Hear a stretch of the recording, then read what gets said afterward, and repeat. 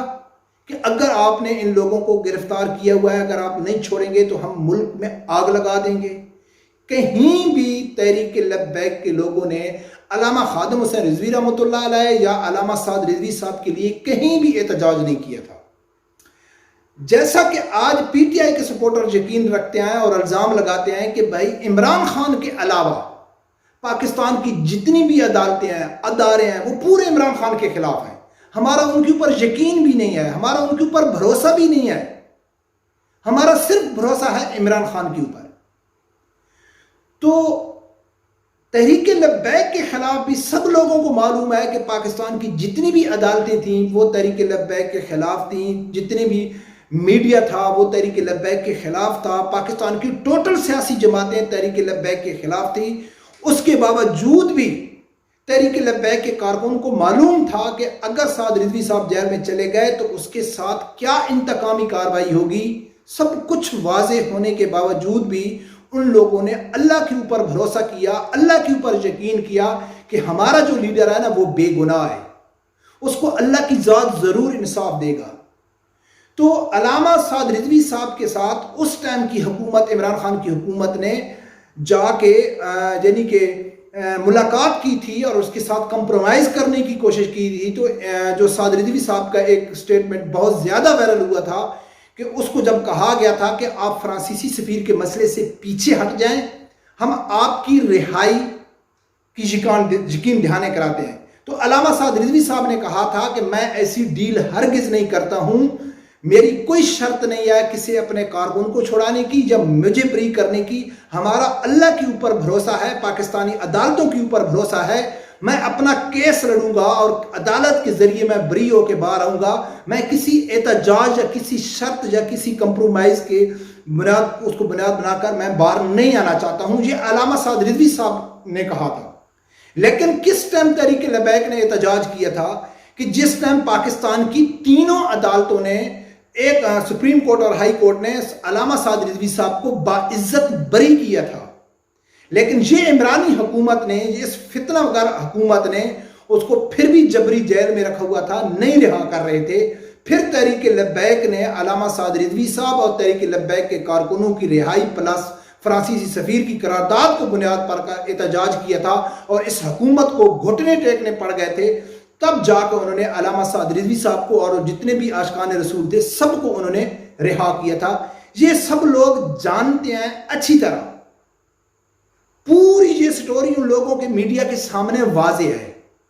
لیکن اگر اس فتنہ گر پی ٹی آئی کے سپورٹر کی جو دلیلیں ہیں اگر ان کو بنیاد بنایا جائے یا ان کے اوپر بات کی جائے کہ بھی عمران خان گرفتار ہو رہا ہے، ہم پاکستان میں خانہ جنگی شروع کر دیں گے، ہم پاکستان میں یعنی کہ افراتفری ڈال دیں گے، تو پھر ان کا یقین کس کے اوپر ہے؟ جب یہ ایاک نعبد و ایاک نستعین بولتے ہیں تو جو کہتے ہیں کہ ہمارا اللہ کے اوپر بھروسہ ہے، تو پھر ان کا کوئی objection رائے بھی نہیں جاتا ہے کہ بھئی عدالتیں ٹھیک نہیں ہیں یا ادارے ٹھیک نہیں ہیں یا فلاں آدمی ہمارے خلاف ہے یا فلاں عدالتیں ہمارے خلاف فیصلہ دیں گی۔ تو جب آپ کا اللہ کے اوپر یقین ہے، آپ کا اللہ کے اوپر بھروسہ ہے، آپ کہتے ہیں ایاک نعبد و ایاک نستعین، تو پھر آپ کا عدالتوں کے اوپر اعتراض کرنا یا اداروں کے اوپر اعتراض کرنا کوئی معنی نہیں رکھتا ہے۔ آپ کو اللہ کے اوپر یقین کر کے عمران خان کو قانون کے حوالے کر دینا چاہیے اور کہیں کہ بھئی کوئی بھی عدالت اگر میرے خلاف ہے یا ادارہ خلاف ہے، کوئی فرق نہیں پڑتا ہے، کیونکہ اللہ میرے ساتھ ہے، اللہ میرا انصاف کرے گا اور میں کو یہ عدالتیں باعزت بری کریں گی۔ لیکن یہ ایسا نہیں کر رہے، یہ کہتے ہیں کہ ہم پاکستان میں افراتفری پھیلائیں گے۔ کیوں؟ کہ یوتھیا ایک ایسی قوم ہے، اگر ان کی دلیل مان دی جائے تو یہ تو کہیں گے یہ تو عمران کی کسی بات کو برا سمجھتی نہیں ہے، نعوذ باللہ انہوں نے تو عمران کو خدا بنایا ہوا ہے کہ نہ یہ کوئی غلطی کر سکتا ہے، نہ یہ کوئی گستاخی کر سکتا ہے، نہ یہ کوئی کرپشن کر سکتا ہے، نہ یہ کوئی جرم کر سکتا ہے۔ اگر عوام کی رائے کے اوپر ڈال دیا جائے کہ عوام جو فیصلہ کرے گی ہم وہ کریں گے، تو عمران کے جو سپورٹر ہیں، فتنہ گر ہیں، وہ تو عمران کو غلط سمجھتے ہی نہیں ہیں، وہ تو کہتے ہیں یہ فرشتہ ہے۔ تو پھر پاکستان کے اداروں کو یا عدالتوں کو ان کے خلاف کارروائی نہیں کرنی چاہیے، عوام کی رائے لینی چاہیے کہ عوام کیا کہتی ہے، عوام تو اس کو فرشتہ سمجھتی ہے۔ تو میرا ان یوتھیوں کو پیغام ہے کہ کیا آپ کا اللہ کے اوپر بھروسہ نہیں ہے؟ آپ ایاک نعبد و ایاک نستعین کیوں کہتے ہو؟ اللہ کے اوپر جن کا بھروسہ تھا تحریک لبیک والوں کا، انہوں نے تو ایک دن بھی ایک گھنٹے کے لیے بھی احتجاج نہیں کیا تھا علامہ خادم حسین رضوی رحمۃ اللہ علیہ کے لیے اور علامہ سعد رضوی صاحب کے لیے۔ اور پاکستان کا پورا میڈیا جانتا ہے کہ سب سے زیادہ اگر کسی لیڈر کے لیے کوئی قربانی دے سکتا ہے تو وہ تحریک لبیک کے کارکن ہیں۔ تو ناظرین، آج پھر یہ ثابت ہو گیا، تحریک لبیک کا جو دعویٰ ہے وہ ثابت ہو گیا ہے کہ یہ جو پی ٹی آئی کے لوگ ہیں نا، یہ ایک فتنہ ہے، یہ فتنہ گر لوگ ہیں، نہ ان کا دین سے تعلق ہے، نہ ان کا پاکستانی قانون سے تعلق ہے، نہ پاکستان سے تعلق ہے۔ ان کا جو تعلق ہے وہ صرف ہے عمران خان کی ذات تک۔ یہ عمران خان کی ذات سے بڑھ کر کسی ذات کو سمجھتے بھی نہیں ہیں۔ رب پروردگار سے یہی دعا ہے کہ اللہ تعالیٰ ہر آدمی کو حق ساتھ سننے کی اور اس کے ساتھ کھڑے ہونے کی توفیق عطا فرمائے۔ اللہ حافظ۔